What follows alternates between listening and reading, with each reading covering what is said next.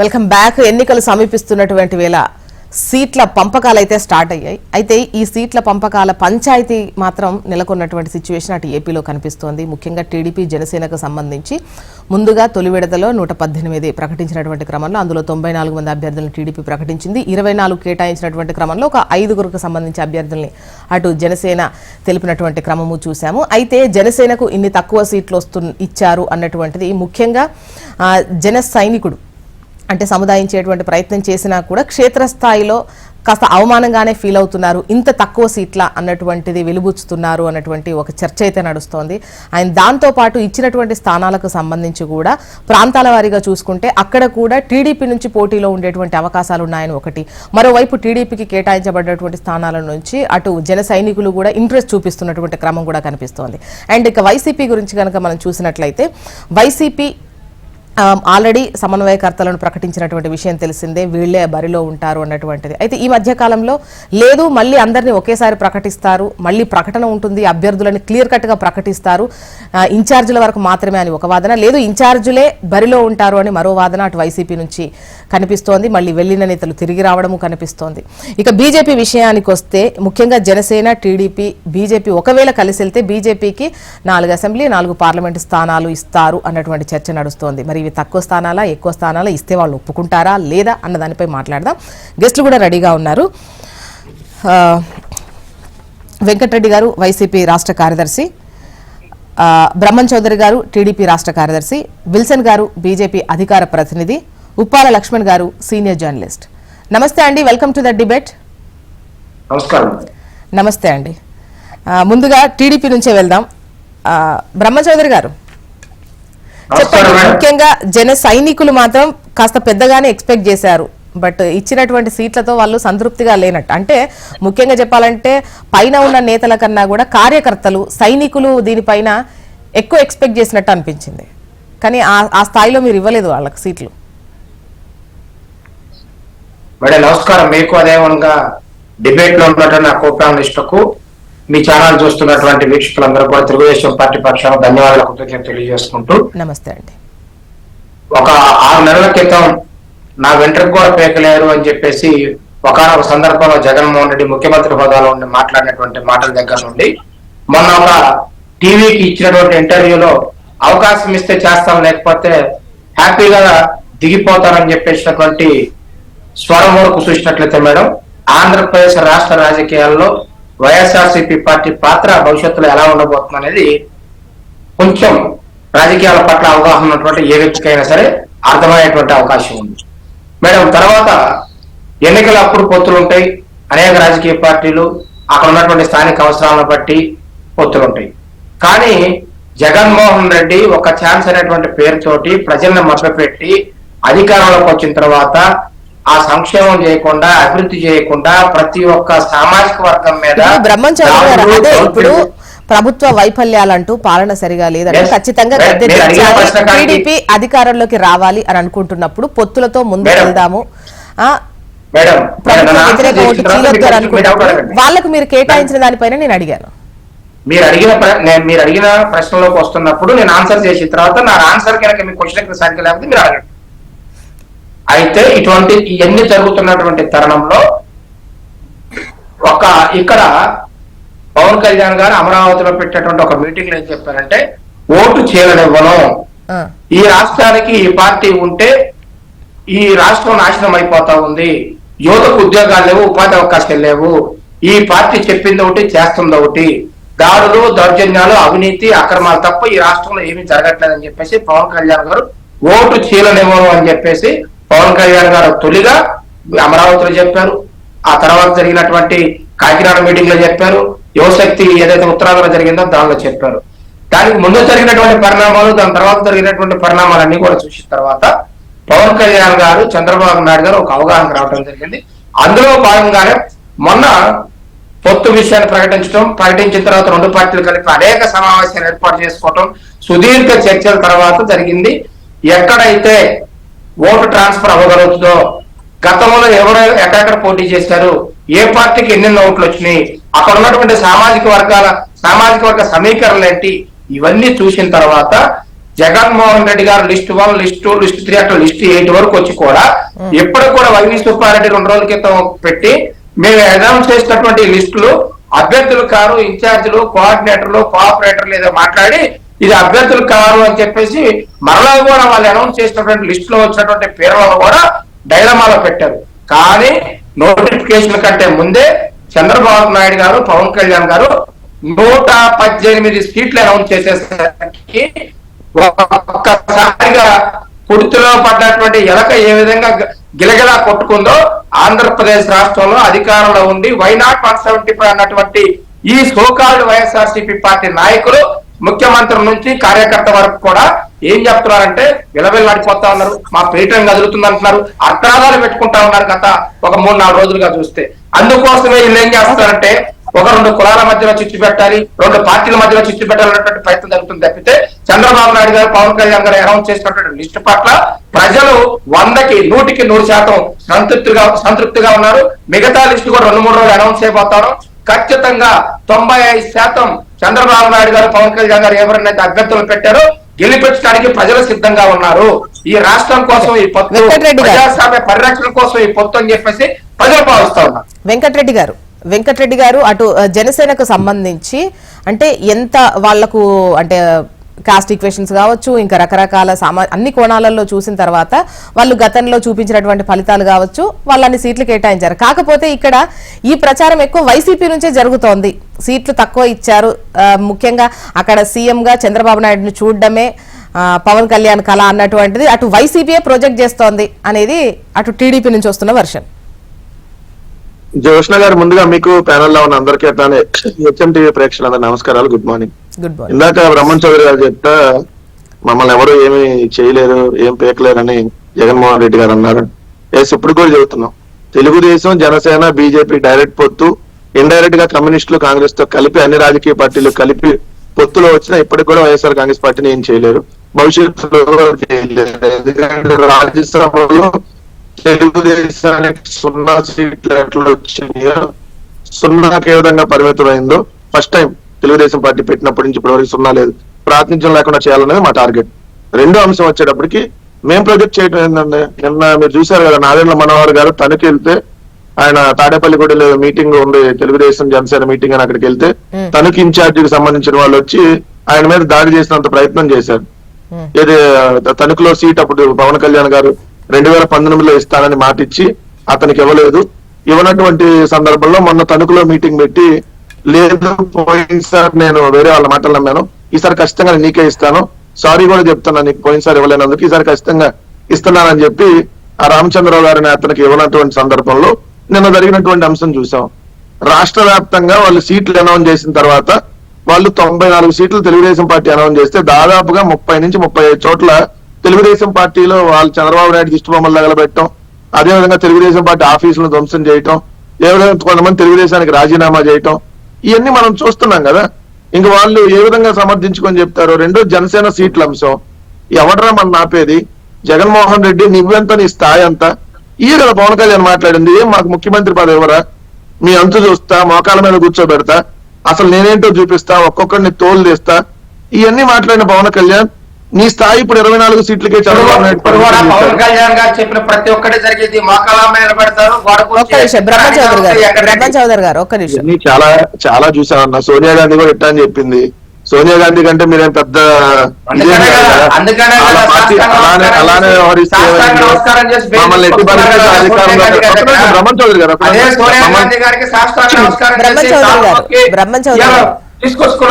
ఎవరు కాళ్ళు మొక్కుతున్నారు, ఎవరు ఎవరితో వెళ్ళి రాజకీయంగా పట్టుల్లో ఉన్నారు.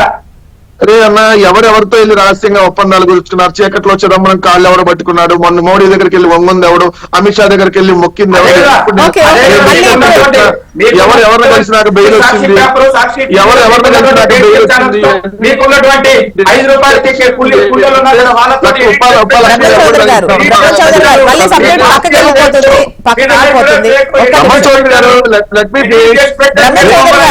మాట్లాడే దాంట్లో ఓపిక లేకపోతే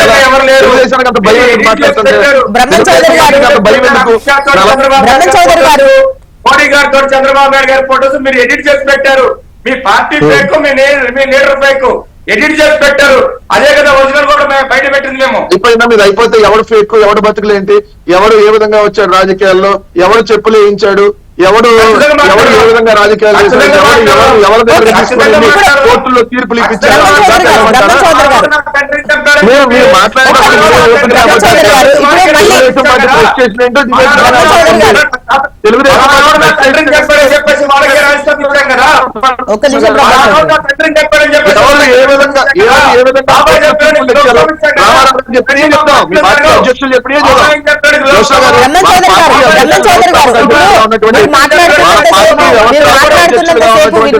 తారక రామారావు గారు చెప్పిన మాట్లాడినంతసేపు వినండి, మీకు అవకాశం ఉంటుంది. కోర్టు తీర్పులు కూడా తెచ్చాడని చెప్పి రామారావు గారే చెప్పారు. గాంధీని చంపిన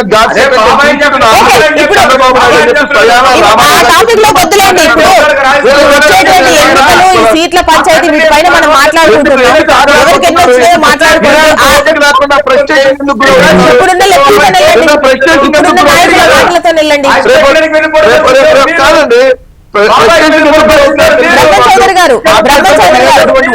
లేదంటే వాళ్ళు అక్కడే మీరు మాట్లాడేటటువంటి ఓపిక లేదు. నేను వాస్తవాలు చెప్తున్నా. ఇదే పవన్ కళ్యాణ్ ఇవన్నీ మాట్లాడా లేదా? ఒక్క నిమిషం. ఇప్పుడు బ్రహ్మన్ చౌదరి గారు అక్కడ అడిగిన మాట్లాడుతుంది ఏంటంటే, వెంకటరెడ్డి గారు మాట్లాడండి, చెప్పండి. మీరే కంటిన్యూ చేయండి. జోష్ణ గారు, నేను ఇప్పుడు పవన్ కళ్యాణ్ మాట్లాడి అన్నప్పుడు నీ స్థాయి 24 సీట్లే అని చెప్పి చంద్రబాబు నాయుడు డిసైడ్ చేశాడు. దాన్ని పావలాలో సగం అంటారు. ఎందుకంటే 113 సీట్లు చొప్పున కూడా ఇవ్వలేదు. అంటే 24 సీట్లు ఇచ్చారు 175. అంటే పావలాలో సగం ఇచ్చారు. అంటే ఎంపీ సీట్లు కూడా పావలాలో సగం ఇచ్చారు. అంటే ఏంటంటే 25 సీట్లు 3 సీట్లు. అంటే వైఎస్ఆర్ కాంగ్రెస్ పార్టీ పోయినసారి ఎంపీ సీట్లు 3 ఓడిపోయింది. ఆ 3 సీట్లకు నేను పరిమితం చేశారు. వైఎస్ఆర్ కాంగ్రెస్ పార్టీ పోయినసారి 24 సీట్లు ఓడిపోయింది, 151 గెలిచింది. ఆ 24కి నేను పరిమితం చేశారు. అది నీ స్థాయి అని చెప్పి మేము గుర్తు చేస్తున్నాం. రెండోది, తెలుగుదేశం సోషల్ మీడియాలో 24 పవన్ కళ్యాణ్ ఓటు ఎక్కువ అని చెప్పి వాళ్ళు ట్రోల్ చేస్తున్నారు. ఎందుకు? పోయినసారి మీరు పోటీ చేసిన 136, మీకు వచ్చిన డిపాజిట్లు వచ్చింది 16 చోట్ల, అయినా 24 సీట్లు మీకు ఇవ్వటం ఎక్కువ అని చెప్పి వాళ్ళు మాట్లాడుతున్నారు. అలా మిమ్మల్ని వాడుకొని వదిలేసేటటువంటి క్యారెక్టర్ ధృతరాష్ట్ర కౌగిల్ చంద్రబాబు నాయుడు. ఎందుకంటే బీజేపీని కూడా అలానే వాడుకొని వదిలేశాడు, పవన్ కళ్యాణ్ కూడా వాడుకొని వదిలేస్తాడు. ఇది జగమెరిగిన సత్యం. బీజేపీకి సంబంధించి ఒక 4 సీట్లు లోక్సభ, 4 సీట్లు అసెంబ్లీకి సంబంధించి కేటాయించేటువంటి అవకాశం ఉంటుంది అన్న చర్చ నడుస్తోంది. మరి బీజేపీ పొత్తులా ఉంటుందా ఉండదా అన్నటువంటిది కూడా. విల్సన్ గారు, నా వాయిస్ వినిపిస్తోందా? వినిపిస్తుంది. చెప్పాలండి, అంటే బీజేపీ పొత్తుకు సంబంధించి ఎటువంటి క్లారిటీ అయితే రాలేదు, కానీ ఒక చర్చ నడుస్తోంది. మీకు అవొక 4 ఇవొక 4 సీట్లు ఇస్తారు అంటే కేటాయిస్తారు. దాని పట్ల అంటే ఇప్పుడు సెంట్రల్లో ఖచ్చితంగా ఒక 370 పర్టికులర్గా బీజేపీకే వస్తాయి. ఓవరాల్గా చూస్తే మాకు 400 వస్తాయన్న క్రమంలో ఈ 4 కూడా ఇంపార్టెంటే అన్న దాంతో ముందుకెళ్తారని ఒకటి. లేదు ఇవి చాలా తక్కువ సీట్లు అని అనుకుంటారు కాబట్టి ఆ టైంలో పొత్తు అనేది ఉండదు అనేది మరొకటి నడుస్తోంది. గుడ్ మార్నింగ్ మేడం, మీకు ప్యానల్ ఉన్న మిత్రులు పెద్దలందరూ కూడా నమస్కారం. నమస్తే అండి. సార్ అన్మ్యూట్ చేయండి, నాకు మీ వాయిస్ రావట్లేదు. నిర్ణయించి ఆ వర్గాల్లో మేము పార్టీ కన్వీనర్స్ ని ఏర్పాటు చేసుకుని ముందుకెళ్తున్నామండి. వినిపిస్తుంది మేడం మీకు? ఇప్పుడు క్లియర్ గా ఉంది. ఇప్పుడు అన్ని నియోజకవర్గాల్లో కన్వీనర్లు ప్రకటించుకొని ప్రజా పేరుతో ప్రజల్లోకి వెళ్లే కార్యక్రమం ముమ్మరంగా తీసుకొని ముందుకెళ్తున్నాం. Bharatiya Janata party already political గా ఒక స్టాండ్ తీసుకుంది. ఈ రాష్ట్రంలో ప్రజలకి నష్టం కలిగిస్తున్న జగన్మోహన్ రెడ్డి గారిని సాగనంపాలనేది బీజేపీ స్టాండ్, అందులో ఇంకొక మాట లేదు. ఇక అంశం మాత్రం మేము 4 సీట్లు 4 పార్లమెంట్ సీట్లు వీటి మీద మాకేం సమాచారం లేదు. ఇదంతా కలిసి ఢిల్లీ పార్లమెంట్ బోర్డు మాత్రమే నిర్ణయం తీసుకుంటారు. పార్లమెంట్ బోర్డు తీసుకున్న నిర్ణయం మేరకే ఉంటుంది. మా అభిప్రాయాల్ని మేము చెప్తాము అంతవరకే. ఆ తర్వాత వాళ్ళు దేశ ప్రయోజనం దృష్టిలో పెట్టుకొని లేదా రాష్ట్ర ప్రయోజనం దృష్టిలో పెట్టుకొని వాళ్ళు నిర్ణయం తీసుకుంటే ఒకవేళ పొత్తు అంటే పొత్తులో పోతాము అంతే తప్ప మేము మాత్రం సీట్ల గురించి డెసిషన్ తీసుకునే పరిస్థితి ఉండదు. కాకుంటే ఒకవేళ పొత్తులో మేము ఎన్ని సీట్లకు పోటీ చేయాలనే దగ్గర మా పార్టీ ఒకవేళ పొత్తు కుదిరితే మా పార్టీకి సంబంధించిన రాష్ట్ర అధ్యక్షులు అదేవిధంగా కోర్ కమిటీ మెంబర్స్ అందరూ కలిసి ఏ నియోజకవర్గంలో ఎవరిని పెట్టొచ్చు ఏంటి, అందరినీ ఎస్సీలు కట్టే అవకాశం ఇవ్వాలి, బీసీలు కట్టే అవకాశం ఇవ్వాలి, మైనార్టీలు కట్టే అవకాశం ఇవ్వాలి అని ఒక ప్రాతిపదిక మీద పోయే అవకాశం ఉంటుంది. వెంకటరెడ్డి గారు వాయిస్ కట్ అవుతుందండి, మీ వాయిస్ సరిగా రావట్లేదు. విల్సన్ గారు మాట్లాడండి. నాదే మేడం. మీరు ఇంతకుముందు ఏదైతే అన్నారో వాళ్ళకి ఇస్తానంటే 4 ఇన్ని వర్గాల కాడ ప్రాధాన్యత ఇస్తారంట. ఓకే విల్సన్ గారు ప్రాధాన్యత ఇస్తారంటున్నా. అంటే 4 అని అనుకోవట్లేదు విల్సన్ గారు. పొత్తులో తెలుగుదేశం కరపత్రిక రాసింది కదా ఆల్రెడీ. వాళ్ళు రాశారంటే అంతకంటే మేము దానికి అవసరమైతే మీరు 2 లేకపోతే లేదని వాళ్ళు డిసైడ్ చేసి చెప్పినట్టే కదా. ఓకే విల్సన్ గారు, మా పార్టీ మీకు జగన్మోహన్ రెడ్డి గారు చెప్తే ఎట్టయితే మీరు జిందాబాద్ అంటారో అట్టగా మీకు అమిత్ షా గారు, నరేంద్ర మోడీ గారు, లేదా మా పార్టీ అధ్యక్షుడు జాతీయ అధ్యక్షుడు నడ్డా గారు వాళ్ళు ఏం చెప్తే తినాలి. అంటే పార్టీ సిస్టమ్. మీరు జగన్మోహన్ రెడ్డి గారు 2 తప్పులు చేసిన మీరు జగన్మోహన్ రెడ్డి గారు మళ్ళీ వస్తారంటున్నారు కదా, కాబట్టి మీ కాన్ఫిడెన్స్ మీది. అదే సమయంలో మా కాన్ఫిడెన్స్ ఏంటంటే మేము మళ్ళా దేశంలో మరోసారి నరేంద్ర మోడీ గారి హవా వేస్తుంది, అందులో సందేహం లేదు. చిరకాల స్వప్నమైన అయోధ్య రామ మందిరాన్ని నిర్మాణం చేసిన తర్వాత ఒక్కసారిగా దేశం అంతా పులకిచ్చింది. ఒక మెజారిటీ ప్రజల మనోభిప్రాయాలని భారతీయ జనతా పార్టీ మాత్రమే ప్రొటెక్ట్ చేయగలదని చెప్పి ఒక స్టాండ్కి వచ్చారు. అదే నరేంద్ర మోడీ అనేక పథకాలు దేశ స్థాయిలో అమలు అవుతున్న క్రమంలో రాష్ట్రాల్లో కూడా అమలు అవుతున్నాయి. ఇప్పుడున్న ప్రభుత్వానికి కానీ గత ప్రభుత్వానికి కానీ నరేంద్ర మోడీ గారు స్పష్టంగా సహకారం అందించారు. అది ఫ్యాక్ట్. అది రాష్ట్ర ప్రజలను దృష్టిలో పెట్టుకుని చేసిందే. ఈ రోజు 35,000 ఎకరాలకి అమరావతి జంగిల్ క్లియరెన్స్ ఇచ్చారన్నా, 4 ఇండస్ట్రియల్ కారిడార్స్ ఇచ్చారన్నా, 14 సంస్థలు ఇచ్చారన్నా, 45 కేంద్ర సంస్థలు ఇచ్చారన్నా, ఇవన్నీ కూడా చేసింది దేనికోసం చేశారంటే ఆంధ్రప్రదేశ్ ప్రజల కోసం చేసింది. ఇది మేము ప్రజల్లో తీసుకెళ్తున్నాం. ఈ రోజు అమరావతికి నిధులు కావచ్చు, అదేవిధంగా రాష్ట్రానికి సంబంధించి అనేక మేళ్లు కావచ్చు కేంద్రం వీళ్ళ హయాంలో వీళ్ళు ఏమి చేయలేదు, రాష్ట్రాన్ని అప్పుల పాలు చేశారనే దగ్గర ఒక స్పష్టమైన అవగాహన. అంటే మీకు ఇప్పుడు ఏదైతే ప్రచారం జరుగుతోందో అసెంబ్లీ 4, లోక్సభ 4 స్థానాలకు సంబంధించి వీళ్ళకు అంటే వాళ్ళు వెయిట్ చేస్తున్నారు మిగతా 57 ప్రకటించడానికి. మీరు ఓకే అంటే వాటిని వెయిట్ చేస్తున్నారని చెప్పారు. ఈవెన్ జన సైనికులను ఒప్పించేటువంటి ప్రయత్నం, అంటే ఒప్పించడం కూడా జాతీయ పార్టీ అంత పెద్ద పార్టీకే అవ్వో 4 ఇస్తున్నారంటే మీకు 24 ఇవ్వడం అనేది ఇంకా మంచి బాగానే ఇచ్చినట్టు అనేది వాళ్ళని కూడా సర్ది చెప్తున్నారు. ఒకవైపు బీజేపీకి ఇన్ని సీట్లు అని చెబుతూ. అంటే ఇప్పుడు ఇక్కడ ఇంకొక అంశం ఏంటంటే పవన్ కళ్యాణ్ గారు గతంలో ఆ 2 సీట్లు ఓడిపోయిన నేపథ్యంలో ఇప్పుడు దాదాపు గెలుపుకి కావాల్సిన ఆ ఓట్లు ఏంటో ఆయనకు ఒక అంచనా ఉంది. కాబట్టి ఇక్కడ 24 మందిని రేపు అసెంబ్లీలో తీసుకెళ్ళగలిగితే పవన్ కళ్యాణ్ గారు వెల్ అండ్ గుడ్, అందులో సందేహం లేదు. కానీ అదే సమయంలో ఆయన స్పష్టంగా చెప్తున్నారు కదా, ఇప్పుడు ఇతర రాజకీయ పార్టీలుగా అకామిడేట్ చేసుకునే క్రమంలో నేను కొంచెం తగ్గానన్నారు. అంటే ఇక్కడ పవన్ కళ్యాణ్ గారు ఇప్పుడు అదే ఎవరైతే బాధపడుతున్నారో ప్రజలందరూ పవన్ కళ్యాణ్ గారికి గతంలో అన్ని ప్రాంతాల్లో గెలిపించి, అంటే ఇప్పుడు ఆయన పోటీ 2 ప్రాంతాల్లో గెలిపించి ఆయన పోటీ చేసిన అన్ని నియోజకవర్గాల్లో గారి గెలిపించుంటే ఈ రోజు ఆయన నిర్ణయం తీసుకునేవాడు కదా. ఆయన ఒక స్టాండ్ తీసుకున్నారు, ఈ రాష్ట్రాన్ని మలుపు తిప్పాలి, ఈ రాష్ట్ర ప్రజల ప్రయోజనం కోసం నేను సిద్ధంగా ఉన్నాను. కాస్త తగ్గారని అర్థం చేసుకోవచ్చు. జగన్మోహన్ రెడ్డి గారిని దించడుగా నా లక్ష్యం అని చెప్తున్నారు ఆయన. అంటే ఎక్కడ తగ్గాలో ఎక్కడ నెగ్గాలో నాకు తెలుసు అనేది పవన్ కళ్యాణ్ గారి సినిమా డైలాగ్ కాదు, లైఫ్ లో కూడా ఆయన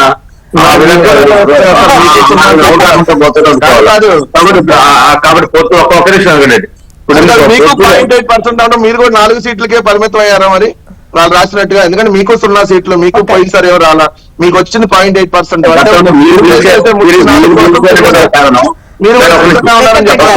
వెంకటరెడ్డి గారు ప్లీజ్. ఓన్లీ చంద్రబాబు వ్యతిరేకంగా భారతీయ జనతా పార్టీ శ్రేణులు ఉప్పొంగాయి కాబట్టి ఆ రోజు మీరు గెలిచారు, అది మీరు వాపోవద్దు. కాబట్టి నేనేమంటానంటే YCP Bharatiya Janata party clear stand ఉంది. ఈ రోజు మళ్ళీ వైసీపీని గెలిపించిన దాంట్లో ప్రత్యక్ష పరోక్ష స్టాండ్ ఉంది. ఈ రోజు ఓడించిన దాంట్లో కూడా ఖచ్చితంగా భారతీయ జనతా పార్టీ ఒక స్పష్టమైన వ్యక్తి ముందుకెళ్తుంది, అందులో సందేహం లేదు. జగన్మోహన్ రెడ్డి గారు ఈ రోజు ఆయన ఎమ్మెల్యేలు మార్చుకోవడము లేకపోతే ఆయన్ని వెళ్ళిపోవడము ఇవన్నీ కూడా అన్ని సంకేతాలు. ఇప్పుడు చేపల్లో ఎప్పుడు నీళ్లు లేనప్పుడు ఎండిపోతాయి కదా, కొద్దిమంది ఉపచారాలు ఏం చేస్తాయంటే అక్కడ ఇక్కడ బతకడం కోసం వాళ్ళతో వాటి ప్రయత్నం వాడు చేస్తాయి. కాబట్టి ఇప్పుడు ఎండిపోతున్న చెరువు లాంటిది లేదా కాలిపోతున్న ఏ పార్టీలోనైనా ఉండేటోళ్ళ అంటే కొద్దిమంది బయటికి వెళ్తారు కదా, బయటికి వెళ్ళినప్పుడు ఎక్కడో బతకాలనుకుంటారు కదా, సర్వేలో ఒక ఏదో విధంగా రాజకీయ జీవితం మనుగడ సాగించాలనుకున్నారు.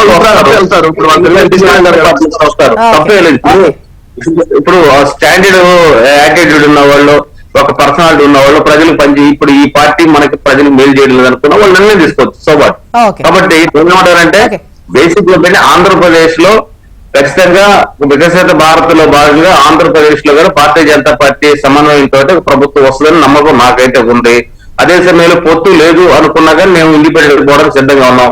ఏ మాత్రం తగ్గేదే లేదు కానీ స్పష్టంగా తెలియజేస్తున్నాం మేడం. ఓకే, లక్ష్మణ్ గారు అంటే సీట్ల పంపకం ప్రస్తుతం నెలకొన్నటువంటి సిచ్యువేషన్ చూస్తున్నారు. నిన్న కొన్ని చోట్ల ముఖ్యంగా కేటాయించినటువంటి పొత్తు ధర్మంలో కేటాయించిన వాటికి సంబంధించి కూడా కొద్దిగా ఆందోళన వ్యక్తం చేస్తూ పార్టీ నేతలు కూడా నిన్న నిరసనలు తెలియజేశారు, అంటే వాళ్ళ పార్టీ కార్యాలయాల ముందు. అండ్ ఈ క్రమంలో ఇటువంటి సిచ్యువేషన్స్ కంటిన్యూ అయితే ఓట్ షేరింగ్ లో ఎటువంటి ఇంపాక్ట్ ఉంటుంది?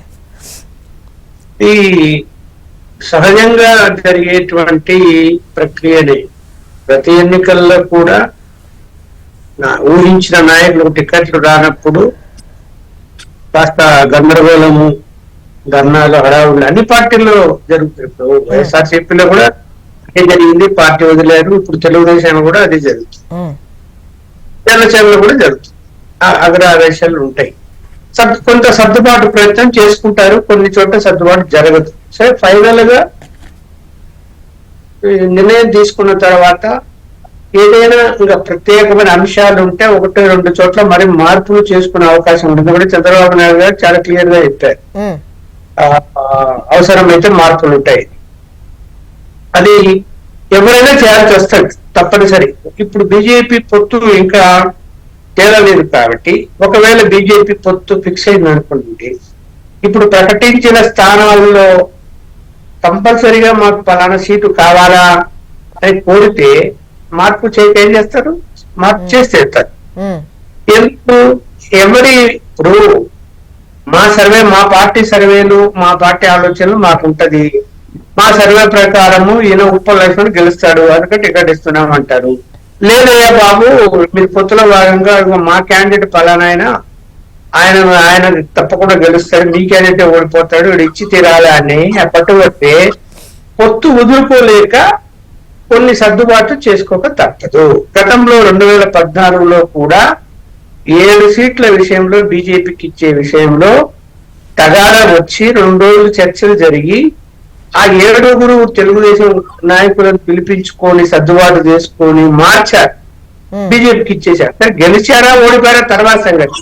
పొత్తు ఫిక్స్ కావాలంటే సర్దుబాటు చేసుకోక తప్పదు. ఇప్పుడు ఏం జరుగుతున్నది? బీజేపీ పొత్తు విషయంలో జాప్యం చేస్తున్నది. ఎందుకు? వాళ్ళ వ్యూహం ప్రకారం వాళ్ళు ఏం చేస్తున్నారంటే, నాకున్న పక్కా సమాచారం గత 3 అంటే ఇవాళ 4వ రోజు అభ్యర్థుల విషయంలో ఒక ఢిల్లీ నుంచి నెట్వర్క్, అంటే బీజేపీ నెట్వర్క్, సర్వేలు సంస్థలు కాదు, ఒక వాళ్ళ యొక్క త్రూ నెట్వర్క్ ద్వారా ఎవరికి టికెట్లు ఇస్తే బాగుంటది అన్నటువంటిది ఫోన్ల ద్వారా సర్వే చేస్తున్నారు. సరే, రాష్ట్ర నాయకత్వం ఇచ్చినటువంటి జాబితా ఉంటుంది, అలాగే ఇంటెలిజెన్స్ వాళ్ళు ఇచ్చిన జాబితాలు ఉంటాయి, పార్టీ పరంగా వాళ్ళు తెప్పించుకున్నట్టు ఉంటాయి. ఇప్పుడు ఫైనల్ గా ఏంటంటే ఒక నియోజకవర్గంలో 3 ఉన్నారు అనుకోండి, ఈ 3లో ఉప్పల్ లక్ష్మణ్ తెలుసా లేదా నీకు, ఆయన ఎలాంటి వాడు, ఇట్లాంటి క్వశ్చన్ వేస్తున్నారు. అలాగే ఫలానాయన తెలుసా లేదా అని వేస్తున్నారు. అంటే ఒక 3 పేర్లు 2 పేర్లు అడుగుతూ వాళ్ళ గురించి ఆరాలు తీస్తూ ఉన్నారు. ఇది వాస్తవము. సో ఇంకో 2 రోజులు అయిపోతుందన్న సమాచారం నాకుంది. అయిపోయిన తర్వాత అప్పుడు కన్క్లూజన్కి వస్తారు. వాళ్ళు పొత్తు పెట్టుకోవాలనుకుంటే ఓకే, అసెంబ్లీ సీట్లు ఎన్ని అడగాలి, పార్లమెంట్ సీట్లు ఎన్ని అడగాలి. మరి మీరు ఒక ప్రశ్న ఇచ్చినాను, మరి బీజేపీ ఒకవేళ నిజంగా పొత్తు పెట్టుకునే ప్రాసెస్లో ఉన్నప్పుడు వీళ్ళెందుకు సీట్లు ముందుగానే ప్రకటించారు? ఆ ప్రకటించిన సీట్లు కావాలని బీజేపీ అంటే వివాదం వస్తుంది కదా. కరెక్టే, వివాదం వస్తుంది. మరి వీళ్ళు ఏం చెప్తున్నారు? ఆలస్యమయ్యే కొద్దీ పార్టీలో ఇబ్బందులు వస్తున్నాయి, మేము ప్రకటించుకుంటాము, ఇదిగో ఈ లిస్టు మేరకు మేము ప్రకటించుకుంటాము, ఏదన్నా మళ్ళీ 1-2 మార్పులు ఉంటే చేసుకోవచ్చు అనేటువంటిది వీళ్ళు ప్రకటించిన లిస్టు. అలాగే పవన్ కళ్యాణ్ గారు 24 మంది లిస్టు, 24 పేర్లు ప్రకటించకపోయినా ఆ లిస్టు బీజేపీ కేంద్ర నాయకత్వం చేతిలో ఉన్నది ముందే. ఓకే, అండ్ లక్ష్మణ్ గారు అంటే 14 ఒక్క నిమిషం ఆగండి చెప్పేస్తాను. అయితే ఈ 2 రోజుల్లో వాళ్ళ దగ్గర నుంచి వీళ్ళకి ఏమి సమాచారం వచ్చిందని ఇప్పుడు అక్కడ ఎవరి చేతిలో లేదండి, కేవలం అక్కడ అమిత్ షా గారి చేతిలో ఉంది. చంద్రబాబు నాయుడు గారు వెళ్ళి వాళ్ళిద్దరు ఏం మాట్లాడుతున్నారు ఇప్పటి వరకు బయటికి రాలేదు. ఫైనల్ డెసిషన్ తీసుకోవాలనుకుంటే అమిత్ షా గారు సరే వాళ్ళ పార్టీలో ఇంటర్వ్యూ ఎవరితో చర్చించుకుంటారో అధ్యక్షుడు చెప్తాడు, ఫైనల్ గా నిర్ణయం తీసుకొని తెలియజేస్తారు. అయితే ఇప్పుడు తాజాగా ఏమొచ్చిందంటే సరే మీరు సీట్లు ప్రకటించుకున్నారు, మేము పొత్తుల విషయం నిర్ణయం తీసుకుంటాము, ముందు అధికారికంగా చంద్రబాబు నాయుడు గారు ఢిల్లీకి వచ్చి ఎన్డీఏలో చేరాలి, ఆ ప్రకటన ముందు జరగాలి. దాని తర్వాతనే పొత్తులు ఫిక్స్ అయినట్లు మనం అఫీషియల్ గా ప్రకటించుకొని ఎన్ని సీట్లు ఏవి అన్న దాని మీద 1 రోజు 2 రోజుల్లోనూ ముగిచ్చేస్తాము అనే సమాచారం ఉండటం వల్ల ఈయన ఇంకా వెళ్ళాలి. వెళ్ళేటప్పుడు పవన్ కళ్యాణ్ తీసుకెళ్ళచ్చు, ఎందుకంటే వెళ్తాడని నేను భావిస్తున్నాను. ఆ స్టేజ్ లో ఉంది కాబట్టి దాదాపు పొత్తు పెట్టుకునే అవకాశాలు ఎక్కువ కనిపిస్తున్నాయి. లక్ష్మణ్ గారు అయితే ఇప్పుడు ఎన్డీఏలో వీళ్ళు కలిసిన లేదంటే ఆ తర్వాత గెలిచిన వాళ్ళ మద్దతు ఉన్నా కూడా ఏపీ నుంచి బీజేపీకి పెద్ద ఇబ్బందికర సమస్య ఏముండదు. ఒకవేళ సీట్లు తగ్గినా కూడా బీజేపీకి సపోర్ట్ చేసే విషయంలో అటు వైసీపీ కావచ్చు. ఇక్కడ 2 ఆప్షన్లు అమ్మా, ఇంకా జగన్మోహన్ రెడ్డి గారి ఆప్షన్ పెండింగ్ లో ఉంది వాళ్ళ దగ్గర. లాస్ట్ మూమెంట్ లో ఈయన ఏదైనా మళ్ళీ చక్రం తిప్పేసుకున్నాడు అనుకోండి, పొత్తు ఇక్కడ ఉండదు, జగన్మోహన్ రెడ్డి చెప్పింది వినే అవకాశం వస్తుంది. ఈ 2 కాకుండా లాస్ట్ ఆప్షన్ ఏముందంటే పొత్తులే అవసరం లేదు, మనం డైరెక్ట్ గా వెళ్ళిపోదాము ఎన్నికలకు, ఇండిపెండెంట్ గా సీట్లు పోటీ చేద్దాము అనేది కూడా వాళ్ళ అభ్యర్థులు. ఇప్పుడు ఇంతకుముందు అడిగినట్టు ఒక నంబరు అవో 4 ఇవో 4 అన్నటువంటి ఈ నంబరు బీజేపీ విషయానికి వస్తే అది చాలా చిన్న నంబర్ అనిపిస్తోంది. ఇప్పుడు 14 లో 15 ఇచ్చినా కూడా 2 ఎమ్మెల్సీగా తీసేసినా కూడా మిగతా 12కు సంబంధించి వాళ్ళు పోటీ చేశారు. అక్కడ కొంతమంది టీడీపీ పోటీ చేశారు. 4 పార్లమెంటు అన్నది ఒక రూమరేనా సోషల్ మీడియాలో వాళ్ళు క్రియేట్ చేసినవి తప్ప అది వాస్తవం కాదు. నాకున్న పక్కా సమాచారం మేరకు పవన్ కళ్యాణ్ 3 సీట్లు తీసుకున్నారు కాబట్టి పార్లమెంటు బీజేపీ ఏం తీసుకుంటుంది గ్యారంటీగా. తర్వాత అసెంబ్లీ విషయంలో వాళ్ళకేమి ఖచ్చితంగా ఇన్నే కావాలని ఏమి లేదు, గెలిచే అభ్యర్థులను సెర్చ్ చేస్తున్నారు. ఇప్పుడు సపోజ్ వాళ్ళు 20 సీట్లలో గెలిచే అవకాశాలు ఉన్నాయనుకోండి, వాళ్ళు వదులుకోరు, వీళ్ళు వదులుకోవాలి, వాళ్ళు వదులుకోరు. ఇక్కడ వాళ్ళు బీజేపీ చేతిలో ఉంది, వాళ్ళు పవన్ కళ్యాణ్ చేతిలో చంద్రబాబు నాయుడు చేతిలో లేదు. వాళ్ళు చెప్పినట్టు వినాల్సిందే నాకున్న సమాచారం మేరకు. వీళ్ళేదో మేము దారుణంగా చేస్తున్నాము అంటే అక్కడ వాళ్ళు ఏం చెప్తారు, సరేను నీకు వద్దు నువ్వు అంటారు. ఎందుకు వాళ్ళకి నష్టం ఇక్కడ? ఇప్పుడు బీజేపీకి అసెంబ్లీ సీట్లు ఎన్ని 1 వచ్చినా 10 వచ్చినా వాళ్ళకేమి లాభం ఏం లేదు, అధికారంలోకి రారు. 2 పార్లమెంట్ సీట్లు రాకపోయినా వాళ్ళకి ఒరిగేది ఏం లేదు, ఎలాగూ 0లో ఉన్నారు. ఉన్నప్పుడు పార్లమెంట్ సీట్లు వస్తాయని నమ్మకం ఎందుకుంటుంది వాళ్ళకు? ఓకే, తెలుగుదేశం రేపొద్దున వైఎస్ఆర్సీపీకి వస్తాయి, ఇంకా మనం అంటే ఉన్నాయి కదా మొత్తం బీజేపీకే సపోర్ట్ చేస్తారు ఇల్లు అని. ఎందుకు కేంద్రంలో అధికారంలోకి వస్తే 20 సీట్లు వాళ్ళదే, ఇంకా దానికి వాళ్ళకి అంత టెన్షన్ ఎందుకుంటుంది? బీజేపీకి అంత ఇంట్రెస్ట్ ఏముంటుంది ఆంధ్రప్రదేశ్ విషయంలో? లేదు. కాకపోతే బీజేపీ ఒక పాలసీ పెట్టింది ఈసారి, ఏమిటంటే ప్రతి రాష్ట్రంలో కూడా బీజేపీ పార్లమెంట్ సభ్యుడు పార్లమెంట్ లో ఉండాలి, కూర్చోవాలి. ఇది పాలసీ. దానికోసమే స్థానాలు పార్లమెంట్ కు సంబంధించి ఒప్పుకునే అవకాశాలు ఉన్నాయి. అంటే సొంతంగానే మాకు 370 కావాలి అన్న దాంట్లో ఉన్నారు కదా. ఆ లెక్కలో ఒక్క సీటు కూడా వదులుకోవడానికి సిద్ధంగా ఉండరు. 1-2 వాళ్ళ ఖాతాలో పడతాయి కదా. చూడమో వాళ్ళకు 303 సీట్లు ఏవైతే ఉన్నాయో అవి వదులుకోరు. వాటి విషయంలో కాకుండా ఇంకా ప్లస్ వచ్చే అవకాశాలు ఉన్నాయి. 370 వరకు సొంతంగా వెళ్తామని ఉన్నారు. అందుకనే ఈ పాలసీ తీసుకోండి. నవీన్ పట్నాయక్ గారిని కూడా పొత్తు పెట్టుకోమని అడిగారు. ఎందుకు అడుగుతున్నారు ఇవన్నీ ప్రాంతీయ పార్టీలు అన్నింటినీ అంటే పొత్తు పెట్టుకొని సంఖ్య పెంచుకోవాలి, పార్టీ సంఖ్య పెంచుకోవాలని. అందువలన ఇక్కడ సంఖ్య పెరుగుతుంది, ఇక్కడ ఒక 4 సీట్లు గెలుస్తాము అని భావించారనుకోండి, ఖచ్చితంగా తెలుగుదేశంతో పొత్తు పెట్టుకొని జనసేన తెలుగుదేశం ఓట్లు డైవర్ట్ కాకుండా బీజేపీ పడతాయి, గెలిపిస్తారు అని నమ్మకం ఉన్నప్పుడు పెట్టుకుంటారు. పెట్టుకుని 4 సీట్లు వచ్చాయి కదా వాళ్ళకి, బీజేపీకి వాళ్ళ ఖాతాకి వెళ్ళిపోతాయి కదా. అందువల్ల ఆ ప్రయత్నం చేస్తారు, లాస్ట్ వరకు చేస్తారు, వాళ్ళు చేయకుండా ఏముండదు. వస్తేనని లేకపోతే అనుకుంటారు, లేకపోతే వాళ్ళు 370 + 30 అలయన్స్ పార్టీలు వస్తాయని అంటుంటారు కదా. అండ్ వెంకట్ గారు, ఏమైనప్పుడు మేము ఎన్నికలకు 4 నెలలు ఉన్న సమయంలో, అంటే ఆల్మోస్ట్ మీరు అన్నట్టు జనవరి డిసెంబర్ ఎండింగ్ నుంచే మేము ఇన్ఛార్జీలు ప్రకటన చేశాం. సో ఎక్కడైతే మార్పులు చేర్పులు చేయాలనుకున్నప్పుడు చాలా చోట్ల సిట్టింగ్ అవకాశం ఉంది. ఇప్పుడు ఒక 70 చోట్ల షెఫ్లింగ్ అంటే కొంతమంది ఎమ్మెల్యేలు ఎమ్మెల్యేలుగా ఇట్లా కొన్ని మార్పులు చేర్పులు చేశాం. సో వాళ్ళలో కూడా మళ్ళీ ఒకళ్ళిద్దరిని అటు ఇటు వాళ్ళు కూడా మార్పులు చేర్పులు చేయడం జరిగింది. ఇప్పుడు చంద్రబాబు నాయుడుకి నిన్న చేసిన ప్రకటన ఏంటి, నేను వారం సర్వే చేపిస్తా, ఇప్పుడున్న అభ్యర్థులు పనితీరు బాగుపడి అభ్యర్థులు మారుస్తాను అన్నాడు. అంటే అనౌన్స్ చేసిన అభ్యర్థులు వాళ్ళు మారుస్తామని చెప్తున్నారు. మేము అట్లాంటప్పుడు ఇన్ఛార్జీలు 1-2 చోట్ల మారిస్తే ప్రాబ్లం ఏముంటది? రెండో అంశం వచ్చేటప్పటికి 175 ఒకేసారి మేము అనౌన్స్ చేయబోతున్నాం అసెంబ్లీ క్యాండిడేట్లు అండ్ పార్లమెంట్ క్యాండిడేట్లు. సో ఇంకొక 10 చోట్ల మార్పులు చేర్పులు ఉన్నాయి, అవి కూడా అయిపోతాయి. ఆల్మోస్ట్ ఇప్పుడు ఒక 160 సీట్లు ఆల్మోస్ట్ ఫైనల్ అయిపోయినాయి. ఇప్పుడు ఎవరైతే ఇప్పుడు పోటీ చేయాలంటే ఆల్రెడీ వాళ్ళలో కొంతమంది ఇన్ఛార్జీలుగా మార్పులు చేర్పులు చేస్తాం, కొంతమంది ఆల్రెడీ సిట్టింగ్ మళ్ళీ మీకే అవకాశం ఇస్తున్నాం, పని చేసుకోమని చెప్తాం. కుప్పం అయితే డిస్ట్రిక్ట్ సంబంధించి అదేమైనా అనౌన్స్ చేసిన 2 సంవత్సరాల క్రితం అనౌన్స్ చేస్తాం, వాళ్ళ మన అనౌన్స్ చేయలేదు, వాళ్ళ అభ్యర్థి అని చెప్పి అర్థం అవ్వట్లేదు. క్లారిటీ రావట్లేదా మేడం? ఇప్పుడు వస్తుంది మళ్ళీ. అభ్యర్థులు అనేది ఒకేసారి మేము అభ్యర్థుల లిస్ట్ అనౌన్స్ చేస్తాం. ఒకసారి అభ్యర్థుల లిస్ట్ అనౌన్స్ చేస్తే మళ్ళీ మార్పులు చేర్పులు దాంట్లో ఉండవు, ఇదైతే ఫిక్స్డ్. అంటే వాళ్ళు ఇన్ఛార్జ్లే, జస్ట్ ఇన్ఛార్జ్లే. ఎందుకంటే 1-2 చోట్ల మళ్ళీ మార్పులు చేర్పులు కూడా ఉండొచ్చు.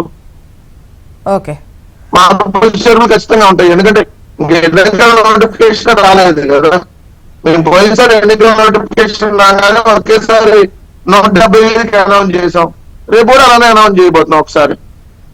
ఓకే ఓకే బ్రహ్మచౌదరి గారు వినపడుతుందా? ఎందుకు సిగ్నల్ ఇష్యూ ఉందండి మీ దగ్గర? ఇంతకుముందు కొంచెం డిస్టర్బ్ అయింది, బట్ మీ వాయిస్ వచ్చింది, అర్థమైంది. ఖచ్చితంగా నోటిఫికేషన్ వచ్చిన తర్వాత 175 స్థానాలు మళ్ళీ అభ్యర్థుల రూపంలో ప్రకటిస్తారు. ఈ లోపు 1-2 మార్పులు జరిగితే జరుగుతాయి. ఇప్పటి వరకు ఉన్న వాళ్ళని మాత్రం సమన్వయకర్తలుగానే భావించాలి, అంతేగా? బ్రహ్మచౌదరి గారు, ఈవెన్ ఇప్పుడు 94 స్థానాల్లో అయితే ప్రకటించారు మీ ఒక్కరికి చూస్తే, జనసేన ఒక 5 కలిపితే ఓవరాల్ గా 99. బట్ ఇందులో కూడా మార్చేటువంటి అవకాశాలు అయితే ఉంటాయి కదా సర్వేలు వాటిని బట్టి. ఎందుకంటే ఒకవైపు గొడవలు కూడా జరుగుతున్నాయి కార్యాలయాల ముందు. అంటే అఫ్ కోర్స్ అన్ని పార్టీలలో జరిగేది ఇది, ఆశావాహులు ఎక్స్పెక్ట్ చేస్తారు, ఇవ్వకపోతే అలుగుతారు, పార్టీలు జంప్ అవుతారు, గొడవలు చేస్తారు.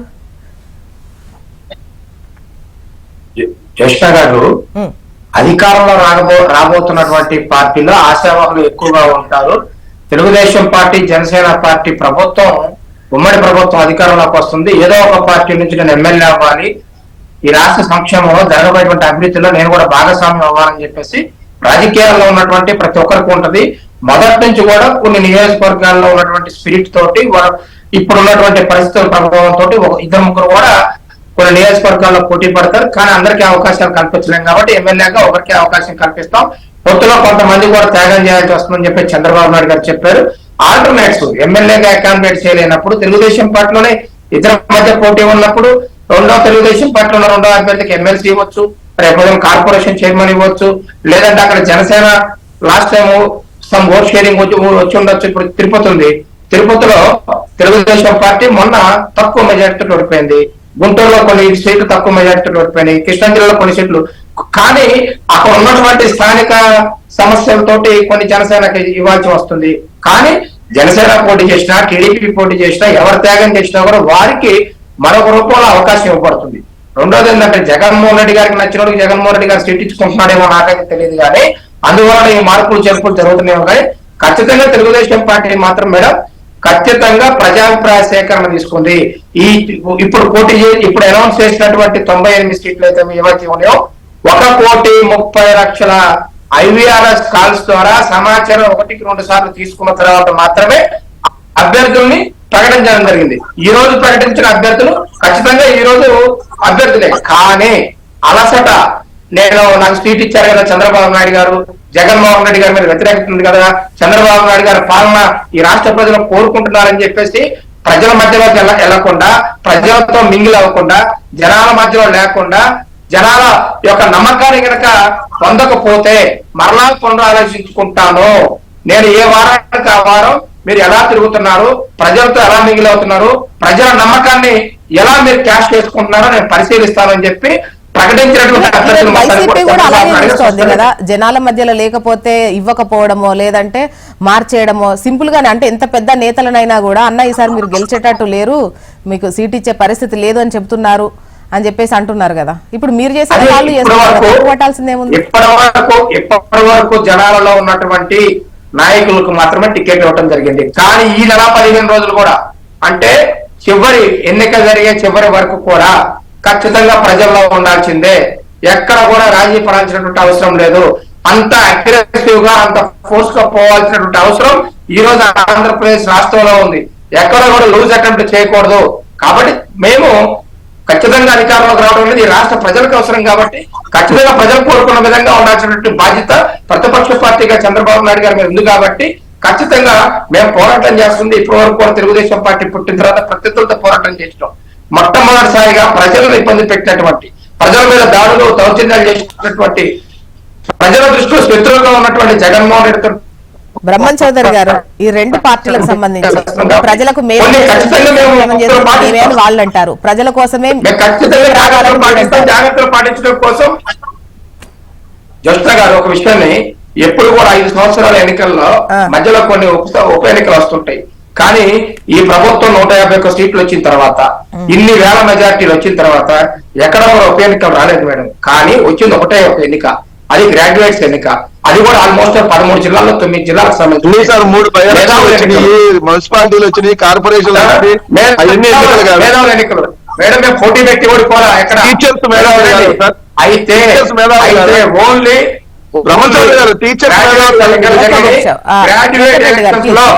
గ్రాడ్యుయేట్ ఎలక్షన్స్ లో ఖచ్చితంగా 13 జిల్లాలకి 9 జిల్లాల్లో జరిగినటువంటి గ్రాడ్యుయేట్ ఎలక్షన్ లో సంపూర్ణమైనటువంటి మెజార్టీ తోటి తెలుగుదేశం పార్టీ అభ్యర్థులు గెలిచారు.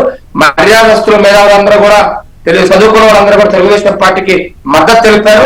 ఈ రోజు రాష్ట్రంలో సంక్షేమం ముసుకునే అభివృద్ధిని అభివృద్ధిని పక్కన పెట్టారు. పరిశ్రమలు లేవు, పెట్టుబడులు లేవు. ఖచ్చితంగా ఇది చంద్రబాబు నాయుడు గారు, Pawan Kalyan garu Wilson garu TDP Janasena and YCP almost సమన్వయకర్తగా అభ్యర్థులు ఇవన్నీ పక్కన పెడితే క్లారిటీ ఉంది నియోజకవర్గాల వారీగా ఎవరు వెళ్తున్నారు అని చెప్పేసి. బట్ బీజేపీకి సంబంధించి అంటే కాస్త ఇప్పుడు ఇంతవరకు అంటే ఒకవేళ పొత్తు ఉంటుందా ఉండదా అన్నటువంటి క్లారిటీ లేదు. కాకపోతే ఒకవేళ ఇండివిజువల్ గా వెళ్ళినా కూడా జనాల మధ్య వీళ్ళే పోటీ చేసేది అనేది ముఖ్యంగా గడప గడపకు వెళ్లాల్సినటువంటి అవసరం మీ పార్టీకి కూడా ఉంది కదా. ఆల్రెడీ గడప గడప వెళ్లే కార్యక్రమం, పల్లెనిద్ర కార్యక్రమం చాలా ముమ్మరంగా చేస్తున్నామండి.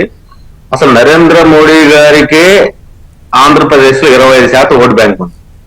అంటే ఇప్పటిదాకా ఏంటంటే మీడియా కావచ్చు, లేకపోతే సోషల్ మీడియా కావచ్చు, బీజేపీకి 1% ఓటు బ్యాంకు, బీజేపీకి 1% ఓటు బ్యాంక్. ఒక నరేంద్ర మోడీ గారు ఆయన చరిస్మాకి 25% ఓటు బ్యాంక్ ఉంటే ఖచ్చితంగా మా పార్టీ అభ్యర్థులు కానీ సీరియస్ గా వర్కౌట్ చేస్తే గ్రౌండ్ లో ఖచ్చితంగా 50 నుంచి 60 సీట్లు ఈజీ గెలుచుకుంటాం. మేము 175 స్థానాల్లో 50 నుంచి 60 సీట్లు ఒక్క ఇండిపెండెంట్ గా పోయినా గెలుచుకుంటాం. కాబట్టి మా స్పష్టమైన స్ట్రాటజీ ఉంది. పార్లమెంట్ సీట్లు కూడా 9 నుంచి 10 గెలుచుకుంటాం, ఏ మాత్రం సందేహం లేదు. ఇది నాకున్న వ్యక్తిగత అవగాహనతో చెప్తున్నాను. ఎందుకంటే ఈ రోజు పార్టీ నరేంద్ర మోడీ గారి హవా మీద నడుస్తుందంటే మాకు చెప్పుకోవడానికి ఏమాత్రం సందేహం లేదు. అదే సమయంలో 370 ఆర్టికల్ కానీ, రామ జన్మభూమి సాకారం కానీ, లేకపోతే అంటే ఇంకోటి కూడా చెప్పాలి ఈ సందర్భంగా, ముస్లింస్ కి బీజేపీ వ్యతిరేకమైన ఒక దుష్ప్రచారం చేస్తున్నారు. అసలు ముస్లింస్ బీజేపీ వ్యతిరేకం అయితే తలాక్ బిల్లు తీసుకురాదు కదా. తలాక్ బిల్లు ద్వారా ముస్లిం తల్లులకి, అక్కలకి, చెల్లెలకి ఉపయోగపడే కార్యక్రమం ఈ రోజు భారతీయ జనతా పార్టీ వ్యతిరేకం కాదంటున్నారు. కానీ కొంతమంది నేతలు బీజేపీ నేతలు మాట్లాడే మాటలను బట్టే కూడా అనుకుంటారు కదా. ఇప్పుడు మీరు వ్యతిరేకం కాదు అంటున్నారు, కాకపోతే అవును మేము హిందువులకు సంబంధించి అని చెప్పేసి అంటే ఒక వర్గం గురించే మాట్లాడుతూ అంటే రకరకాల కామెంట్స్ అదే బీజేపీ నేతల నుంచి వింటున్నాం కదా. విన్నదాన్ని బట్టే కదా జనాలు ఒక ఎస్టిమేషన్ కి వచ్చేది. ఆ ప్రచారం తప్పు. భారతీయ జనతా పార్టీ చాలా స్పష్టంగా జాతీయవాదం వెళ్తుంది. జాతీయవాదంలో క్రిస్టియన్స్ ఉంటారు, ముస్లింస్ ఉంటారు. అది మీరు చెప్పేది నిజమైతే 30 ఏళ్ళుగా 40 ఏళ్ళుగా ఇక్కడ పనిచేస్తున్న వాళ్ళు ఉన్నారు, ముస్లింస్ ఉన్నారు, క్రిస్టియన్స్ ఉన్నారు. ఎందుకు పనిచేస్తారు? ఇప్పుడు ఉత్తరప్రదేశ్ లో ముస్లింస్ ఓట్లు వేయలేదా?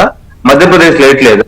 గుజరాత్ లో ఓట్లు ఇప్పుడు ఆ ప్రజలకు కావాల్సింది ఈ రోజు పాకిస్తాన్ కంటే ఇండియాలో ముస్లింస్ ప్రశాంతంగా ఉన్నారు. విల్సన్ గారు మీరు చెప్పేది అదే.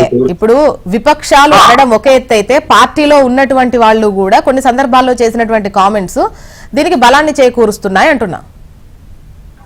అసలు ప్రధానమంత్రి గారు చెప్పారండి, భారతదేశంలోనే ముస్లింస్ ప్రశాంతంగా ఉన్నారు అనేది ప్రైమ్ మినిస్టర్ గారు స్పష్టంగా చెప్పారు.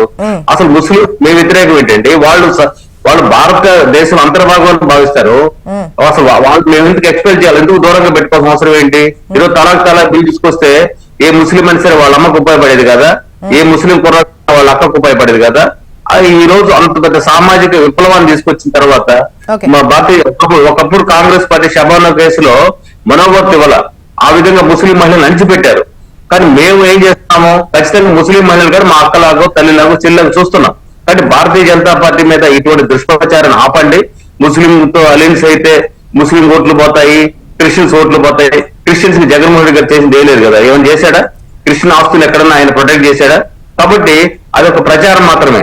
కాకపోతే మేమంటా అంటే ఎస్టీలకు సంబంధించి నా ఎస్టీ నా బీసీ అంటున్నారు కాబట్టి ఎస్సీలకు సంబంధించి అనేక కార్పొరేషన్ మొత్తం మూసేశారు. బీసీ కార్పొరేషన్ మైనార్టీ కార్పొరేషన్ మూసేశారు కాబట్టి ఢిల్లీ నుంచి ఇచ్చే డైవర్ట్ చేశారు. జగన్మోహన్ రెడ్డి గారు వ్యతిరేకిస్తున్నాం. ఇవ్వండి, 2 నెలలైనా సరే ఢిల్లీ నుంచి ఎన్ఎస్ఎఫ్టీసీ డబ్బులు డిస్ట్రిబ్యూట్ చేయండి, ఎవరు కాదన్నారు. కాబట్టి అంశాల ప్రాతిపదిక మీద ఉంటుంది. జగన్మోహన్ రెడ్డి అనేక పరిణామాలు చూస్తూ ఉన్నారు, చాలా ఈక్వేషన్స్ ఉన్నాయి. ముఖ్యంగా ఈ పొత్తుల ఇష్యూ గనక వచ్చినట్టయితే ఓట్ ట్రాన్స్ఫర్ అనేది ఎట్లా ఉండే అవకాశం కనిపిస్తోంది? ఈ సీట్ల పంపకాలు కావచ్చు, వీటన్నిటికి సంబంధించి ప్రస్తుతానికైతే మీరు అన్నట్టు ఏ పార్టీలైనా ఉంటాయి, ఈ ఆందోళనలు నిరసనలు జరుగుతూనే ఉంటాయి. అయితే ఓట్ ట్రాన్స్ఫర్ జరగడం ఇంపార్టెంట్. ఒకవేళ పొత్తు వెళ్ళినా కూడా మరి కార్యకర్తలు ఒకవేళ అసంతృప్తిగా ఉంటే ఆ ట్రాన్స్ఫర్ జరుగుతుందా? ఓట్ ట్రాన్స్ఫర్ జరుగుతుందా?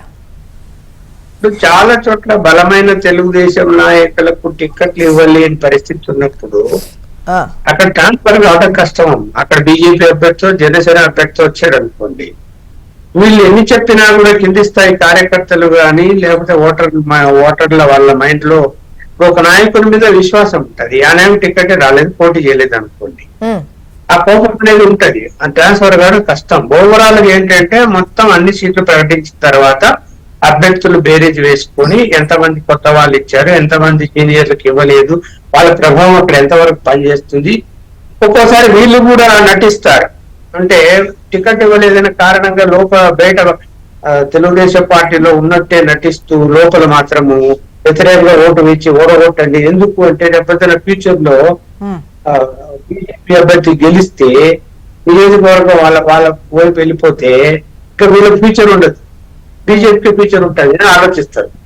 అందువల్ల గతంలో కూడా అదే జరిగింది. అందుకని ఎక్కువ సీట్లు ఇచ్చినా కూడా ఓడిపోవడానికి కారణం అదే. మనస్ఫూర్తిగా తెలుగుదేశం సహకరిస్తుందా లేదా, దీని మీద కూడా కేంద్ర నాయకత్వం ఆలోచిస్తూ ఉన్నది. సహకరించినప్పుడు పొత్తు పెట్టుకునే ప్రయోజనం ఏముంది? దానివల్ల సీట్లు ఎన్నో కానీ అది వేరే నష్టమే జరుగుతుంది. పార్టీ క్యాడర్ పెరగదు, లీడర్స్ పెరగరు, ఓట్ల శాతం పెరగదు. అదే అన్ని సీట్లకు పోటీ చేశారు అనుకోండి, ఓట్ల శాతం పెరుగుతుంది, నాయకులు పెరుగుతారు, ధైర్యం వస్తుంది, మనం నాయకుడిగా అక్కడ ఎదగాలని ఎదుగుతాడు, ఇవన్నీ జరుగుతాయి. అయితే ఎన్ని చెప్పినా ఏంటంటే కేంద్ర నాయకత్వం మనసులో ఏముందో, వాళ్ళు ఎలాంటి నిర్ణయం తీసుకుంటారో, ఉంటుందా ఉండదా, ఈ అంశాల మీద ఖచ్చితంగా 2-3 రోజుల్లోనే క్లారిటీ వచ్చే అవకాశం ఉంది అని నేను లక్ష్మణ్ గారు, మీ ఒపీనియన్ ప్రకారం ముఖ్యంగా బీజేపీకి, పర్టికులర్ గా బీజేపీకి ఓట్ పర్సెంటేజ్, ఆ పర్సెంటేజ్ లెక్క ఎట్లా ఉందంటారు? ఇంతకుముందు విల్సన్ గారు అంటే 25% అన్నారు. మీడియా గానీ లేదంటే రాజకీయ నాయకులు తప్పుడు ప్రచారంగానే ఈ 1%, 0.8% అన్నటువంటి ప్రచారం చేస్తున్నారు. 2014లో గానీ 19లో గానీ అప్పుడు పరిస్థితి ఏంటి, రాష్ట్రం విడిపోయింది. విడిపోయిన తర్వాత బీజేపీ కాంగ్రెస్ కలిసి ఈ రాష్ట్రాన్ని విడగొట్టారు అన్న సెంటిమెంట్ ఎక్కువ ఉండింది. రాను ఇంకా 10 సంవత్సరాల కాలం అయిపోయిన తర్వాత ఇంకా ఆ సెంటిమెంట్ ఏమి లేదు. ఒకటి. 2, నరేంద్ర మోడీ గారి ఇమేజ్ బాగా పెరిగిన తర్వాత అరే ఆయన ఓటే వేద్దాము, ఆయనకు ఓటు వేద్దాము అనేటువంటి సంఖ్య ఇవాళ బాగా పెరుగుతూ ఉన్నప్పుడు ఏమైతే ఆంధ్రప్రదేశ్ లో కూడా ఇంతక మన మిత్రుడు చెప్పినట్టు ఏంటంటే మోడీ గారి ఆయన చెప్పినంత సంఖ్య నేను చెప్పలేను కానీ, కాకపోతే ఏంటంటే ఇమేజ్ అయితే పెరిగింది, ఓట్లు వేయాలి బీజేపీ. చెప్పలేదండి. ఆ అభిప్రాయంతో ఉన్నారు. ఉన్నప్పుడు మెరుగైనట్టే కదా, పార్టీ పరిస్థితి మెరుగైనట్టే కదా. ఓకే. అంతకుముందు 20% మేడం, ఇప్పుడు జాబితా రిలీజ్ అయింది. 57 స్థానాలకు సంబంధించి ఎవరికి ఏంటి పొత్తుంటుందా లేదా క్లారిటీ రావాల్సిన అవసరం ఉంది. అండ్ అటు వైసీపీకి సంబంధించి కూడా నోటిఫికేషన్ వచ్చిన తర్వాత, ఇప్పటి వరకు అయితే ఉన్న వాళ్ళు ఇన్ఛార్జ్లే, నోటిఫికేషన్ వచ్చిన తర్వాత మాత్రం అభ్యర్థుల్ని పూర్తి స్థాయిలో ప్రకటిస్తామా అంటున్నారు. చూడాలి. And thank you so much అండి డిస్కషన్ లో పార్టిసిపేట్ చేసినందుకు. విల్సన్ గారు, బ్రహ్మం చౌదరి గారు, వెంకటరెడ్డి గారు, లక్ష్మణ్ గారు, థ్యాంక్ యూ అండి. ఇది వాళ్ళ న్యూస్ అనాలిసిస్. చూస్తూనే ఉండండి హెచ్ఎం టీవీ. వార్త ఆగదు, నిజం దాగదు.